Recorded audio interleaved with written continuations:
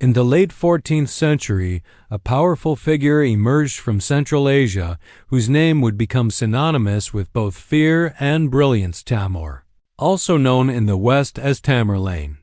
Though not a descendant of Genghis Khan by blood, Timur embraced the Mongol legacy and used it to validate his conquests, building an empire that rivaled those of antiquity. Born in 1336 near Samarkand, Timur was a master strategist, a shrewd politician, and a ruthless warrior. By the end of the 14th century, he had already conquered vast territories, including parts of Persia, Central Asia, and India. His ambition was not limited to the east. His eyes turned westward toward Anatolia, where another empire was rising rapidly, the Ottoman Empire under the bold and aggressive Sultan Bayezid I, known as Yildirim or the Thunderbolt. Bayezid had transformed the Ottoman state into a formidable power, expanding swiftly through the Balkans and uniting various Turkic beyliks in Anatolia under his rule.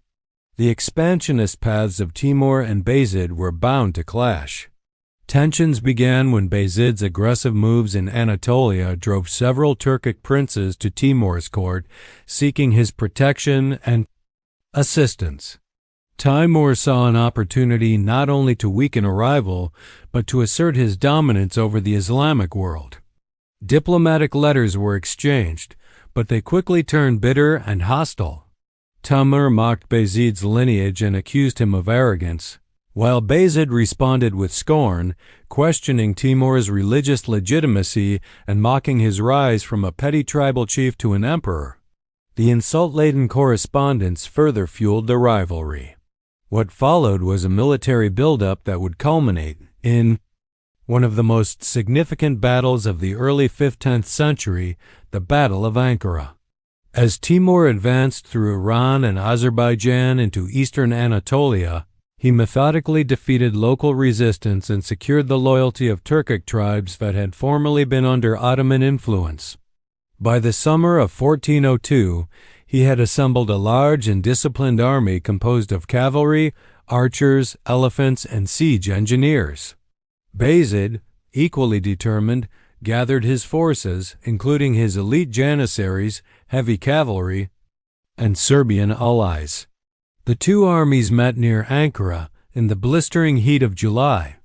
Timur, a seasoned commander, took full advantage of the climate and terrain. His forces cut off the Ottoman army's access to water and supply routes.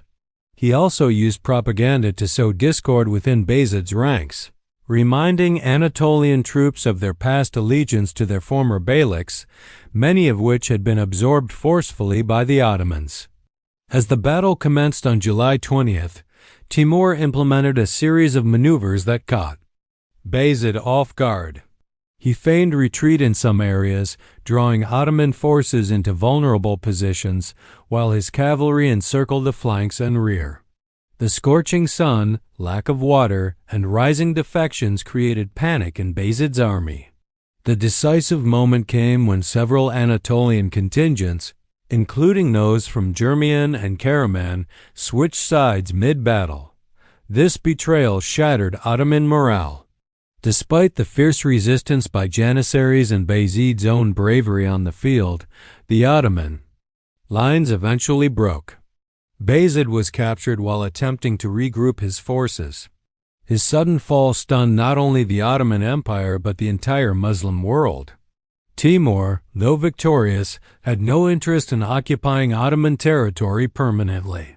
He treated Bayezid with a mixture of strategic respect and symbolic humiliation. While many legends claim Bayezid was kept in a cage, historical records suggest he was held under watch in a relatively humane, though restricted, condition. Still, the psychological damage was immense. The capture of a reigning sultan was a rare and humiliating event, one that sent shockwaves through the region. With Bayezid out of the picture, the Ottoman Empire plunged into chaos.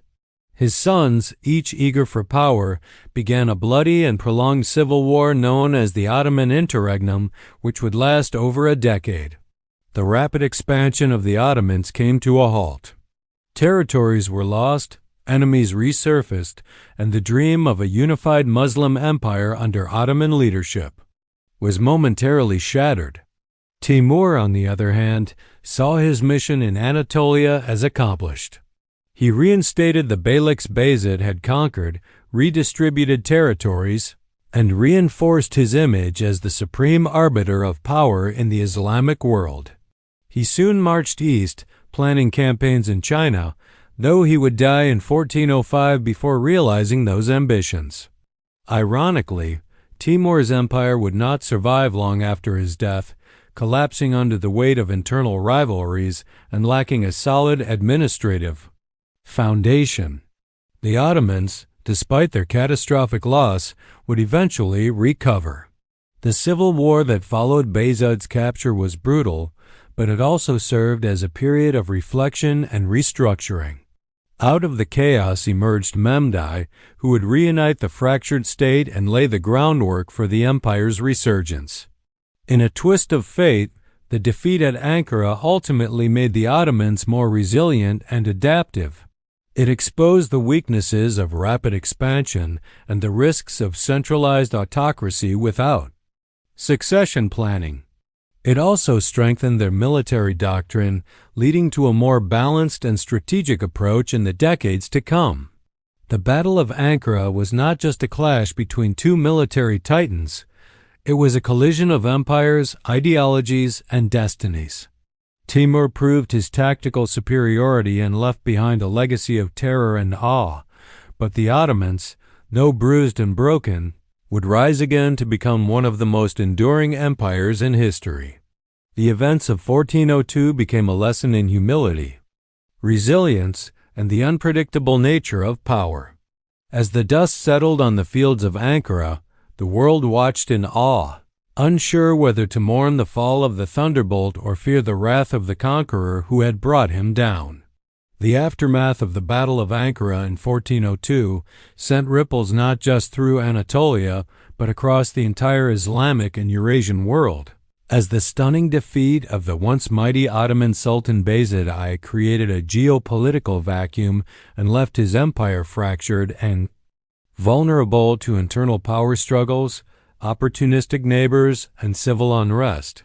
Yet what unfolded in the years that followed would reveal the unexpected resilience of the Ottoman state and the transient nature of Timur's conquest-driven empire. For though Timur had achieved a dramatic military victory and humiliated a powerful rival, he had not laid the foundations for long-term control, instead choosing to reassert symbolic dominance, restore the autonomy of the Turkic beyliks that had previously fallen under Ottoman control, and then march eastward to continue his campaigns in Central Asia and China, leaving behind a politically unstable Anatolia where chaos quickly took root as Bayezid's sons Suleiman, Isa, Mehmed, and Musa each laid claim to their father's throne in a brutal civil war known as the Ottoman Interregnum. A decade-long period of internal strife from 1402 to 1413, during which the once unified empire splintered into rival factions. Loyalties shifted rapidly, and the dream of a centralized Ottoman state seemed nearly impossible to recover, yet in this vacuum emerged the opportunity for reinvention and reform. As each of Bayezid's sons attempted not only to win militarily, but also to restore legitimacy in the eyes of religious leaders, military elites, and the broader population, with Mehmed, the youngest son, gradually proving himself the most tactically shrewd and diplomatically skilled among his brothers by securing critical alliances, neutralizing opposition through both negotiation and warfare, and eventually defeating his final rival Musa in 1413, thereby reuniting the Ottoman Empire and establishing himself as Mehmed I, the Resurrector, a title reflecting the belief that he had pulled the state back from the brink of destruction and laid the groundwork for a more durable and centralized imperial structure, all while the memory of Timur's conquest loomed large in Ottoman political consciousness, influencing how future sultans approached military expansion,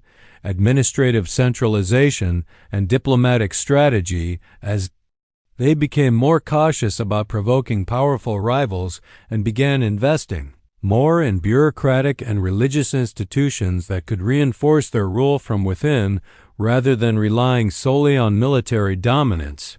A lesson painfully earned at Ankara. Meanwhile, Timur's own empire, though geographically vast and formidable in the immediate aftermath of the battle, was already showing signs of strain due to its over-reliance on Timur's personal leadership, his complex and often contradictory relationships with regional leaders, and the absence of a clear and effective system of succession.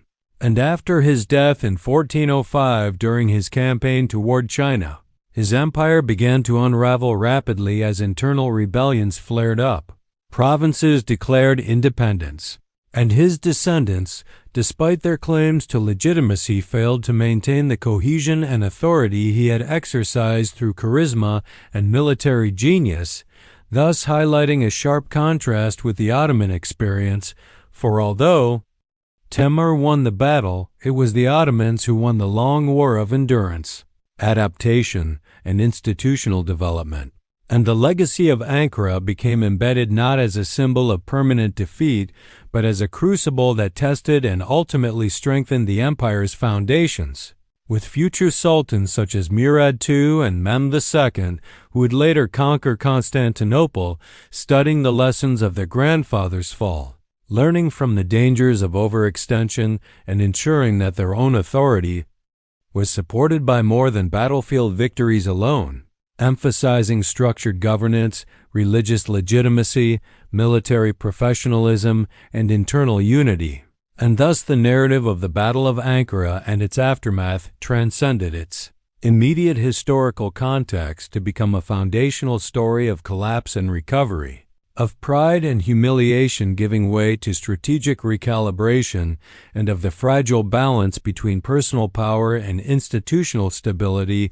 And while Timur's campaign had temporarily halted Ottoman expansion and reshaped the political map of Anatolia, it had also inadvertently planted the seeds of Ottoman transformation by exposing their vulnerabilities and forcing a generation of leaders to confront the limitations of unchecked ambition and the importance of resilient statecraft, a reality that Timur's own successors failed to grasp as they struggled to manage the vast but unstable territories he left behind. And so the story of Timur and Bayezid, of conquest and captivity, of glory and ruin, remains one of the most instructive episodes in pre-modern Islamic and world history, offering timeless insights into how empires rise, how they fall, and how they sometimes survive not because of their strength, but because of their ability to learn, adapt, and rebuild from defeat. And as historians continue to study the causes and consequences of the Battle of Ankara, they return not just to the clash of armies, but to the clash of ideologies, of competing visions for leadership and legacy. For Timur may have commanded the battlefield, but it was the Ottomans who ultimately mastered the art of empire, turning their moment of greatest vulnerability into a foundation for centuries of rule, and anchoring their place in history as more than just survivors.